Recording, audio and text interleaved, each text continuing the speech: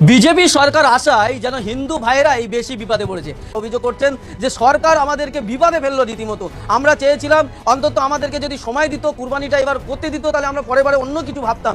কিন্তু হঠাৎ করে নিয়ম তৈরি করার জন্য মানুষ বিপদে পড়েছেন। তারা বলছেন আমাদের আত্মহত্যা করা ছাড়া আর কোনো উপায় দেখছি না। হিন্দুদের এইভাবে বাঁচানো যায় না দাদা ভাই, এইভাবে একদম টোটালি বাঁচা। শুভেন্দু অধিকারী মহাশয় ভুল করছেন। নির্দিষ্ট সালে যেরকম কুরবানির প্রথা চলছিল সেই প্রথা চালু করে আমার ঋণ আছে 9 লাখ টাকা ঋণের বোঝা শুভেন্দু অধিকারীকে নিতে হবে। কুরবানির নিয়ম বন্ধ করেছে, মানছি না, মানব না। মানছি না। রাজ্য সরকার কুরবানির নিয়ম বন্ধ করেছে, মানছি না, মানব না। মানছি না, মানব না। গরুগুলো 3 দিন খাওয়া দিতে পারছি না। এই মুহূর্তে গরুগুলোও মরবে এবং আমরা মরবো, আমাদের পরিবার মরবে। 2 মাসে বলে গরু বিক্রি হচ্ছে, না হলে হবে না। গরু বিনিময়ে আমরা যদি না বেচতে পারো তাহলে আমরা কি খাবো? নিয়ে ঘুরছেন কেন? ঘোড়ায় দড়ি দেওয়া ছাড়া আমাদের বিকল্প কোনো রাস্তা নেই। কুরবানি না করতে বলে মুসলমানরা জব্দ হয়ে যায়, আপনার কি মনে হয়? জব্দ আমরাই হচ্ছি। আমাদের মরা ছাড়া কোনো উপায় নেই। শুধু না পুষলে আমরা কি করে খাবো?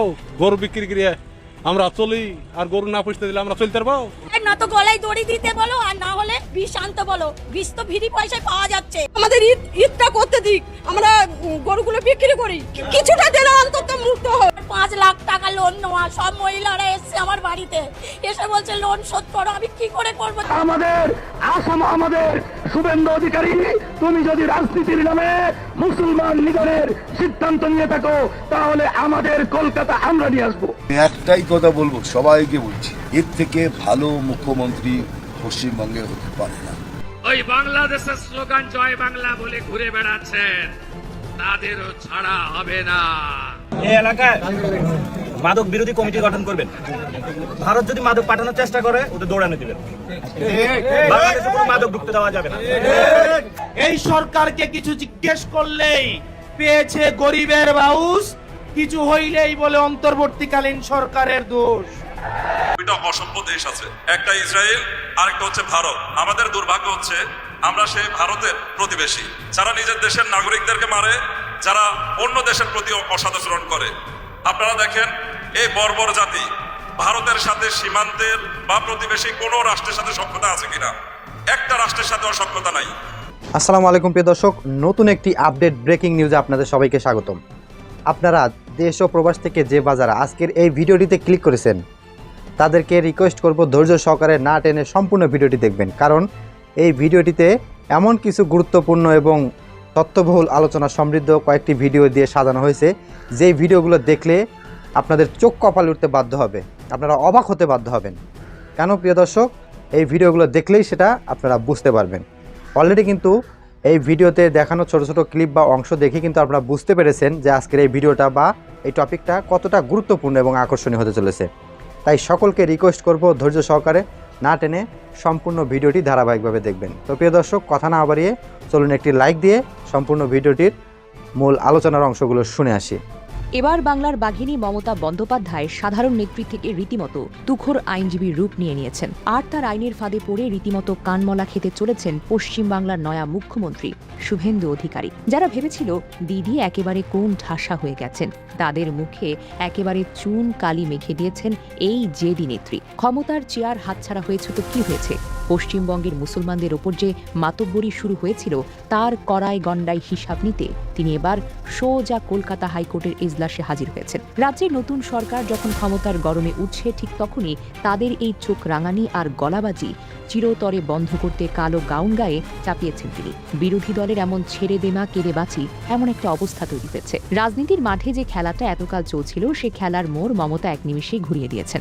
সহজ কথায় বলতে গেলে দিদির এই নতুন রূপ দেখে বড় বড় নেতাদেরও এখন হাওয়া টাইট। এই ঘটনার শুরুটা অবশ্য হয়েছিল একটা বিশাল পরিবর্তনের মধ্য দিয়ে।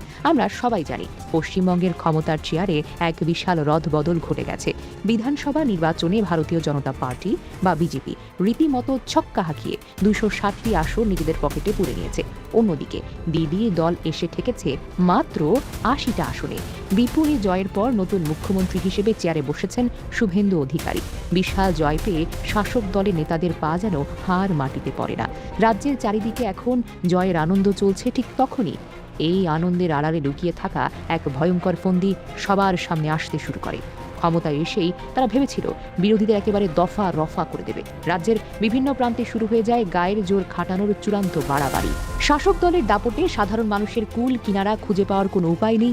ক্ষমতার এই গরমে তারা বিরোধী দলের নেতাকর্মীদের উপর রীতিমতো রোলার চালাতে শুরু করে। তাদের হাবভাব দেখে মনে হয় বাংলায় বুঝি তাদের কথার বাহিরে আর একটা পাতাও নড়ে না। ৮০টি আসন পাওয়া মমতার দলটিকে রীতিমতো চুনিপুটি ভাবতে শুরু করেছিল। তারা ভেবেছিল ভয় দেখিয়ে ফাপড় দিয়ে সবাইকে চুপ করিয়ে চিরকালের জন্য রাজ্যের দখল নিয়ে নেবে। কিন্তু শুভেন্দুর সরকার খুনাক্ষরেও টের পায়নি যে এই সাময়িক ভরাডুবির পরেও আসল খেলাটা এখনো বাকি আছে। ক্ষমতার চেয়ার বদল হলেও রাস্তার লড়াইয়ের আসল খেলোয়াড় যে কখনোই ময়দানে আছেন সেটা তারা বুঝতেই পারেনি। তবে ক্ষমতার এই দাপট সবচেয়ে বেশি গিয়ে পড়ে রাজ্যের একটা বড় অংশের মানুষের উপর। চেয়ারে বসেই নতুন সরকার আসল রূপ দেখাতে শুরু করে। টার্গেট করা হয় দিদির ভোট ব্যাংক এবং বিশেষভাবে পশ্চিমবঙ্গের মুসলমানদের। তাদের উপর শুরু হয় চরমভাবে মানসিক চাপ আর অধিকার কেড়ে নেওয়ার এক গভীর চক্রান্ত। স্বাধীন ভারতের মাটিতে দাঁড়িয়েও বাংলার বুকে মুসলমানদের ধর্মীয় আচার পালনে রীতিমতো বুড়ো আঙুল দেখানোর স্পর্ধা শুরু হয়। এমনকি পবিত্র আজানের ধ্বনিতে বাধা দেওয়ার মতো মারাত্মক খবর সামনে আসতে শুরু করে। অন্যদিকে সামনেই পবিত্র ঈদুল আজহা, যা মুসলমানদের অন্যতম পবিত্র ধর্মীয় উৎসব। এই উৎসবে ত্যাগের মহিমা পালনের যে পবিত্র নিয়ম রয়েছে সেখানেও প্রকাশ্য বাধা দেওয়ার হুমকি দেওয়া হয়েছে। ধর্মীয় এই পবিত্র রীতি পালন করতে দেওয়া হবে না বলে রীতিমতো ফতোয়া জারির হুঙ্কার দিয়েছেন তিনি। এখানেই শেষ নয়, মুসলিম মা বোনদের বোরকা পরার অধিকারের উপরও না বলা নিষেধাজ্ঞা চাপিয়ে দেওয়ার এক গভীর ষড়যন্ত্র শুরু হয়ে গেছে। পোশাকের স্বাধীনতার উপর এমন খোলাখুলি হস্তক্ষেপ রাজ্যের এই মানুষগুলোকে চরমভাবে আতঙ্কে ফেলে দিয়েছে। শুধু কি তাই, আসামের মতো ডিটেনশন ক্যাম্প তৈরি করে সেখানে মুসলমানদের বন্দী করার ভয় পর্যন্ত দেখানো শুরু হয়। এমনকি নিজের দেশ থেকে ধাক্কা দিয়ে অন্য দেশে পাঠিয়ে দেওয়ার মতো ভয়ঙ্কর চোখ রাঙানিও দেখা হয় খোদ নতুন মুখ্যমন্ত্রীর তরফ থেকে। পশ্চিমবঙ্গের মুসলমানরা যখনই চরম ভীতিকর পরিস্থিতিতে দিন কাটাচ্ছেন, ঠিক তখনই তাদের পাশে ঢাল হয়ে দাঁড়ালেন বাঘিনী মমতা। রাস্তায় নেমে আন্দোলন করার চেনা ছকের বদলে এবার একদম ভিন্ন এক চাল দিলেন বাংলার এই জেদি নেত্রী। গায়ের জোরে মোকাবেলার চাইতে তিনি এবার আইনের বই আর দেশের আইন কানুনকে নিজের মোক্ষম হাতিয়ার হিসেবে বেছে নিলেন। অনেকে হয়তো ভুলে গিয়েছেন এই লড়াকু নেত্রীর একটা পোক্ত আইনের ডিগ্রিও তো আছে। গত বৃহস্পতিবার সকাল 11টার কিছু আগে কলকাতা হাইকোর্ট চত্বরে এমন এক অবাক করা দৃশ্য দেখা গেল, যা দেখে শাসক দলের বড় বড় নেতাদেরও চক্ষু যেন চরক গাছ হওয়ার জোগাড়। চেনা সাদা শাড়ির ওপরে কালা গাউন এবং গলায় সাদা ব্যান্ড ঝুলিয়ে পুরো দস্তুর একজন কড়া আইনজীবীর বেশে গাড়ি থেকে নামলেন মমতা। আদালত চত্বরে পা রাখতে উপস্থিত অন্যান্য আইনজীবী থেকে শুরু করে সাধারণ মানুষের মধ্যে এক চরম বিস্ময় তৈরি হয়ে গেছিল। তিনি যখন গাড়ি থেকে নামলেন তখন চারিদিক থেকে লক্ষ্য করে চোর চোর স্লোগান দেওয়া শুরু হলো। কিন্তু এই সব টিটকারি গায়ে না মেখে মমতা অবিচল রইলেন। কেউ ভাবতেই পারেনি যে ক্ষমতার শীর্ষ থেকে নেমে এসে কেউ এভাবে সরাসরি আইনের কাঠগড়ায় দাঁড়াতে পারেন।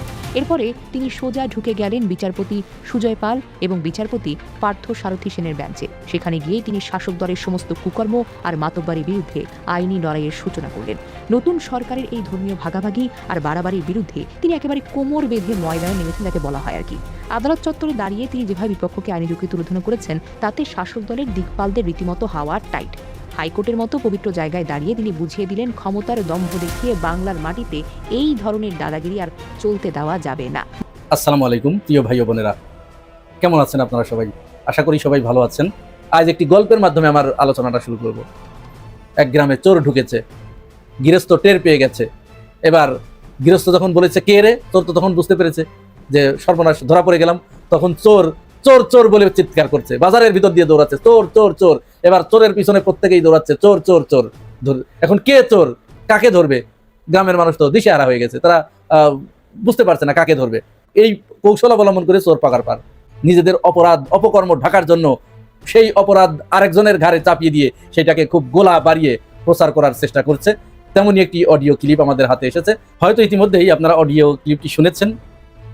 তারপরেও দু একটি কথা এই বিষয়ে বলা দরকার, কারণ এটি রাজনীতির জন্য একটি অশনি সংকেত। আমাদের রাজনীতির অন্তরালে কি হচ্ছে? অডিও ক্লিপটিতে যাকে দেখাবো, আপনারা তার চেহারা, তার বেশভূষা, তার পোশাক পরিচ্ছদ, এইগুলো দেখে আবার চিন্তা করবেন না, ভাববেন না যে জামাতের জেলা আমির বা কেন্দ্রীয় আমির, এরকম ভাবার কোনো সুযোগ নেই। আগে আমরা ভিডিওটি দেখি, তারপরে কথা বলি। ওয়ালাইকুম আসসালাম। আপা কোনটা? বাড়িতে আর কই যাবো ভাই? বাড়িতে আছেন? একলা, আমিও গেছি স্কুলে, একলা রান্না করতেছি। আপনার হাতে এমন কোন ইয়ে আছে যে 15-16 বছর বয়সী ঢাকাতে নিতে আসবে, তো কথার ক্ষেত্রে আপনি বলা যাবে না? না না, যেটা নিষেধ করবেন সেটা কি আমি বলবো নাকি?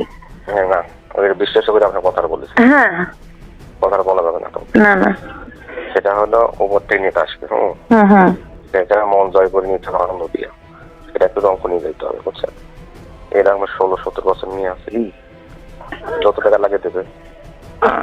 মেয়েটা দুই তিনটা আছে ভাই, কিন্তু আমাদের গ্রামের বয়স তো কেবল মনে করেন আছে, এখন যদি ওটাতে না যায় তখন কেবল মনে করেন 14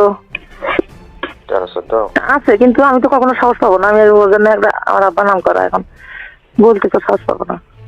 তাহলে তো হবে না নিজেদের মধ্যে, না নিজেদের মধ্যে নাই। এই যে অডিওটি আপনারা শুনলেন, কি মনে হয় আপনাদের কাছে রাজনীতি কোন পর্যায়ে চলে গেছে? আমরা বিগত ফ্যাসিস্ট আমলে শুনে আসছিলাম ছাত্রলীগের পদ পাবার জন্য ওই বিভিন্ন, যেমন ইডেন কলেজের কথা আপনারা বেশি শুনেছেন। ইডেন কলেজের যে সমস্ত নিচের দিকে ফার্স্ট ইয়ার সেকেন্ড ইয়ারে যে সমস্ত মেয়েরা ভর্তি হয় এবং যারা সুন্দরী, দেখতে খুব আকর্ষণীয়, বয়স কম, তাদেরকে ছাত্রলীগের কেন্দ্রীয় সভাপতি ইনান, সাদ্দাম, লেখক ভট্টাচার্য এদের কাছে পাঠাতে হতো পদ পাওয়ার জন্য। এমনকি ওই ইডেন যে এলাকার ভিতরে, যে শাখার ভিতরে, সেই শাখার সভাপতির কাছেও পাঠাতে হতো। শুধু ইডেন নয়, এটা জাস্ট ইডেনের নামটা বেশি উঠে এসেছে তাই বললাম আর কি। বিভিন্ন প্রতিষ্ঠানে নারীদেরকে তারা এইভাবে ব্যবহার করেছে, নারীদেরকে তারা পদ পাওয়ার জন্য দলীয় নেতাদের কাছে পাঠিয়ে দিয়েছে। এই অপকর্মগুলো করতে করতে অবশেষে খোদার লানত যখন তাদের উপরে নেমে এসেছে, জনরোষের শিকার হয়ে তারা পালিয়ে যেতে বাধ্য হয়েছে। ঠিক সেই কাজটি নতুন করে হাতে তুলে নিয়েছে এরা। আমরা বেশ কয়েকদিন ধরে শুনে আসছি বিএনপির কিছু নেত্রীও এই বিষয়ে দাবি করেছেন, তাকে প্রস্তাব দেওয়া হয়েছে ঊর্ধ্বতন নেতাদের কাছে যাওয়ার জন্য। এই অডিও ভিডিও আপনারা প্রত্যেকেই দেখেছেন, আর এটা বাস্তব আজকে আমাদের চোখের সামনে এটি ঘুরপাক খাচ্ছে। এই বিষয়ে কথা বলার ইচ্ছা ছিল না, কিন্তু এই যে ব্যক্তি অফারটা দিচ্ছে বিএনপির যে নেত্রীর কাছে, বিএনপির যে নেতা, তার বেশভূষা দেখে, তার মাথায় টুপি দেখে আমার কাছে মনে হলো এই বিষয়টা একটু কথা বলা দরকার এবং প্রত্যেককে এই বিষয়ে একটু সচেতন করা দরকার, এই বিষয়ে একটু আলাপ হওয়া দরকার। কারণ আমাদের সমাজে একটা টেন্ডেন্সি চালু হয়ে গেছে এবং এটা ইচ্ছাকৃতভাবে, খুব পরিকল্পিতভাবে এটা বানানো হয়েছে, এই ন্যারেটিভটা তৈরি করা হয়েছে যে মাথায় টুপি, পাঞ্জাবি মানেই জামাত ইসলাম। কিন্তু শয়তানগুলো যে এই ছদ্মবেশ ধারণ করেছে তার অন্যতম প্রমাণ হচ্ছে এই অডিও ক্লিপটা। এটা কল্পনা করা যায় তিনি ওই বেশভূষা ধরে ওলামা দলের, নিশ্চয় তিনি ওলামা দলের কোনো সদস্য হবেন, তিনি তার এলাকার নারী নেত্রীকে তিনি এইভাবে ফোন দিয়ে বলছেন যে উপর থেকে তো নেতা আসবে, ও নেতার মনোরঞ্জনের জন্য অল্প বয়সী 17-18 বছরের মেয়েকে নেতার কাছে পাঠাতে হবে, তার কাছে রাখতে হবে। কোন পর্যায়ে চলে গেছে রাজনীতি চিন্তা করুন তো। এটা কি মেনে নেওয়া যায়? কোন দেশে আমরা বসবাস করছি? বিগত শেখ হাসিনার আমলে শেখ হাসিনার যে অপকর্মগুলো, এই জাতীয় কিছু ইতর মানসিকতার নারীরা তাকে সাপোর্ট দিয়ে তাকে বড় করে তুলেছিল। তার ভিতরে ফারজানা রূপা, তার ভিতরে মিথিলা ফারজানা, তার ভিতরে যে চ্যানেলাইয়ের সমা ইসলাম ছিল, নবনীতা চৌধুরী ছিল, আরও কয়েকজন, এই অপু উকিল টুকিল, এইগুলো, এই অসভ্য ইতরগুলো শেখ হাসিনাকে ওইভাবে বর্বর হতে সহযোগিতা করেছিল, আর ছাত্রলীগকে দিয়ে সারা দেশে ধর্ষণের রামরাজত্ব কায়েম করতে পেরেছিল। এখন আবার দেখা যাচ্ছে সেই একই অবস্থা, একই পরিবেশ। দুদিন পরে এরা, ওই যে আওয়ামী লীগের লোকজন, এখন বিন্দুমাত্র তো এদের কোনো অনুশোচনা নাই, বরং তাদেরকে এখান থেকে যারা পালিয়ে যেতে বাধ্য করেছে তাদের কেউ যদি মারা যায়, বুনো উল্লাসে তারা এখন মেতে ওঠে। প্রতিটা মৃত্যুই যেন তাদের কাছে উল্লাসের কারণ। এটা হবারই কথা, কারণ তাদের নেতার ভিতরেই এই চরিত্র ছিল। শেখ মুজিবের অসমাপ্ত আত্মজীবনীতে একটা জায়গায় লেখা আছে, তিনি যখন কলকাতায় বেকার হোস্টেলে থাকতেন, তার হোস্টেলের ওই সিটের নিচে সবসময় তিনি অস্ত্র রাখতেন, চাকু রাখতেন, চূড়া রাখতেন। তিনি এত দুঃসাহসিক ছিলেন, মানে তার দুঃসাহসিকতার পরিচয় দিতে গিয়ে এই কথাটা সেখানে অকপটে ঢুকিয়ে দিয়েছে, কিন্তু এটা যে সন্ত্রাসীরই আর একটা রূপ, এইটা তাদের মাথায় তখন কাজ করে নেই। মতিউর রহমান রেন্টু শেখ হাসিনার পরিবারের বিশেষ সহকারী ছিলেন এবং খুব একান্ত আস্থাভাজন ব্যক্তিত্ব ছিলেন। এই মতিউর রহমান রেন্টু একটা বই লিখেছে, আমার ফাঁসি চাই। সেখানে বলেছে যতবার কোনো হত্যা হলে তার বিরোধী মতের কেউ মারা গেলে শেখ হাসিনা ওই দিন একটু পান করতেন বেশি, ফেন্সিডিল খেতেন বেশি, এবং তিনি বুনো উল্লাসে মেতে উঠতেন। সেই চরিত্রই ভর করেছে আওয়ামী লীগের লোকজনের ভিতরে। তার বিরোধী মতের কেউ মারা গেলেই, জুলাই গণঅভ্যুত্থানে বিশেষ করে যারা জড়িত, তাদের কেউ যদি মারা যায় যে কোনোভাবে, তার টপ টু বটম বুনো উল্লাসে মেতে ওঠে। তেমনি একটা ঘটনা, হৃদয় বিদারক একটা ঘটনা আপনারা জানেন, যে কায়সার হামিদ নামে যে মেয়েটা কন্টেন্ট ক্রিয়েটর মারা গেছে, কায়সার হামিদের মেয়ে কন্টেন্ট ক্রিয়েটর কারিনা কায়সার মারা গেছে দুরারোগ্য ব্যাধির কাছে সে আত্মসমর্পণ করে। বলা হচ্ছে এখানে সে ফুসকা খেয়ে খেয়ে, এই বিষয়ে আবার অনেক আলাপ, সেদিকে যাচ্ছি না। এক ডাক্তার, তার যে চিকিৎসক ছিলেন সেই ডাক্তার সেখানে বলেছে যে ফুসকা খেয়ে তার এই অবস্থা হয়েছে। প্রিয় দর্শক, ভিডিওটি দেখলেন এবং মনোযোগ সহকারে বিস্তারিত আলোচনা শুনলেন। এই ভিডিও সম্পর্কে আপনাদের কি মতামত অবশ্যই কমেন্ট করে লিখে জানিয়ে দিন। আর যারা এখনও আমাদের এই চ্যানেলটি সাবস্ক্রাইব করেননি, প্রতিনিয়ত দুর্দান্ত সব টপ আপডেট নিউজ পেতে এখনই চ্যানেলটি সাবস্ক্রাইব করে পাশে থাকা বেল বাটনটি অন করে দিন। প্রিয় দর্শক, দেখা হচ্ছে আবারও নতুন কোনো টপিক বা নতুন কোনো ভিডিও নিয়ে। ততক্ষণ পর্যন্ত সবাই ভালো থাকবেন, সুস্থ থাকবেন। আল্লাহ হাফেজ।